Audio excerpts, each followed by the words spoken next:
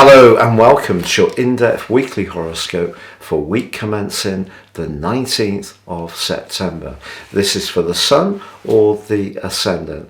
I'm going to give you the broad themes to look out for, but please stay with me. I will then dive deep to give you in forensic detail each of the 12 zodiac signs from Aries through to Pisces. Now, this week could be described a bit like a sports match, a game of two halves, or a week of two halves. The first half of this week has a very strong resemblance to the energies which played out last week.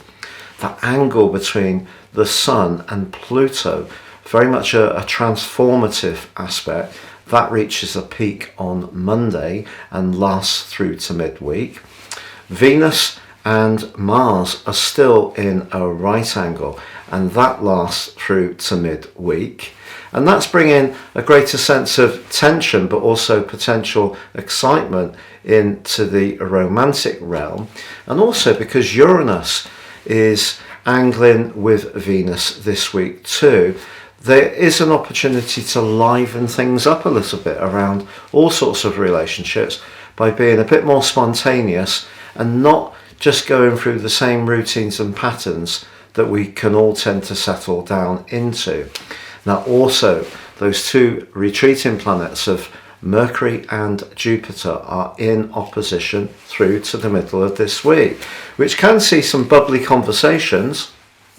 It can also see some intense disagreements. You know, Jupiter is the planet that governs the sign of Sagittarius, which is very much about knowledge, but in the sign of Aries it can be more direct.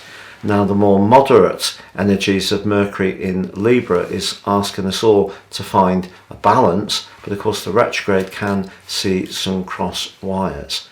But later in this week we have one of the biggest events of the whole year. On Friday we have the Cardinal Quadrant 3 as the Sun moves into the sign of Venus, and we have the autumnal equinox.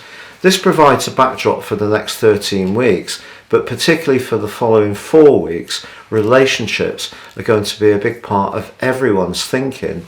And on this particular event, the Sun and Mercury are absolutely conjunct, or cazimi. So I think important to really take the whole concept of relating seriously. And that doesn't, of course, mean just saying what we want or how we feel. It means being able to listen to other people, but crucially comprehend where they're coming from if they tend to have a different approach to ourselves. And then on Sunday, we have a new moon in the sign of Libra, which just brings even greater dynamism into our need to relate well. But this one's in an opposition with Jupiter. Interesting, Jupiter's still in that retrograde, and I think that this means that there can, if we're open to it, be some really positive exchanges. We see lots of people giving their opinions these days, but it's very important to also have conversations and discussions. And I think as this week goes on, despite any tensions that may be there, and of course Saturn and Uranus are still inching closer to their exact square, which within 1 minute occurs between the 2nd and 12th of October, a repeat of an energy that was so prevalent in 2021 and at the start of this year. There is a lot of tension around. So if we can find a way to embrace this Libran energy of trying to find points of agreement, or to celebrate the things that we share rather than highlighting all the time the things that are different between us, I think it does provide an enormous opportunity over the next few weeks. So Taurus, your week commencing the 19th of September forecast sees your ruler Venus still in that tense right angle with Mars. Is there someone that you're finding rather irresistible at the moment? It may not even be someone in your life. It could be someone you're just simply incredibly strongly drawn towards. And with Uranus in your sign giving you encouragement in its link to Venus to be more spontaneous, perhaps it falls to you to make the first move. Of course, with that comes a degree of risk. and Jupiter and Mercury are accentuating a bit more of a sensitive part of your situation, but that is starting to ease by the middle of the week.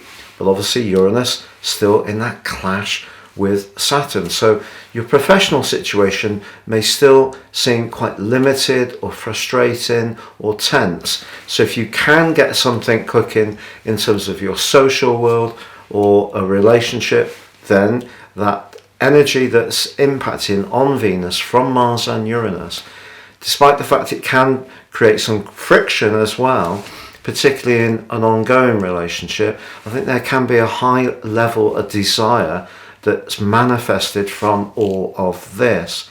However, Friday does see that autonomal equinox, the beginning of cardinal quadrant 3. Western tropical astrology is based on the seasons. We have 4 seasons of 13 weeks. This is the third of those seasons, and the sun moves into the sign of Libra, which for you is about getting all the finer details of your situation running that much more efficiently. But because Mercury is combining in a conjunction with this particular event, I think it's even more important to make sure that you keep your eye on all those strands, which sometimes when they go awry, even if it seems a little detail, particularly to do with appointments and things like that, can actually be quite mischief making.